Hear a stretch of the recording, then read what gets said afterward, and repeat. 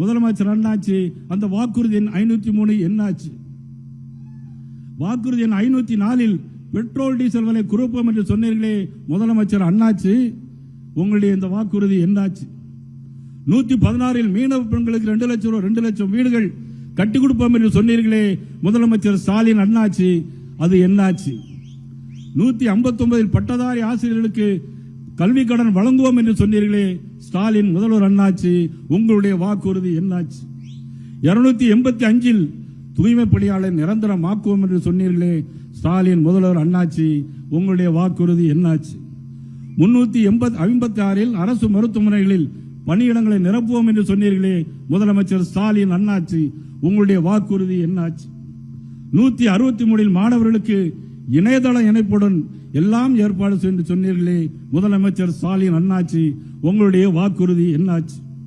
321 மாதம் ஒருமுறை கட்டண பில் அமைப்போம் என்று சொன்னீர்களே உங்களுடைய வாக்குறுதி என்னாச்சு? சொத்து வரி என்னாச்சு? மின் கட்டண உயர்வு என்னாச்சு? இன்னைக்கு மின் கட்டணத்தை பார்த்தாலே சாக்கடிக்கும், தொட்டாலே சாக்கடிக்கும், ஆனால் பார்த்தாலே சாக்கடிக்கும்.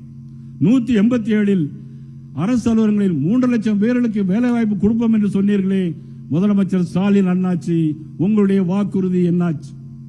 வாக்குறுதி எண் 50 ஒன்றியந்தோறும் தானிய கடன் அளிப்போம் என்று சொன்னீர்களே முதலமைச்சர் ஸ்டாலின் அண்ணாச்சி, உங்களது வாக்குறுதி என்னாச்சு? 183 பகுதி நேர ஆசிரியர்கள் அனைவருக்கும் பணி நிரந்தரம் செய்வோம் என்று சொன்னீர்களே முதல்வர் ஸ்டாலின் அண்ணாச்சி, உங்களுடைய வாக்குறுதி என்னாச்சு? இன்னும் சொல்லிக்கொண்டே போனால் இன்னும் 400 வாக்குறுதிகளை சொல்லிக்கொண்டே போகலாம்.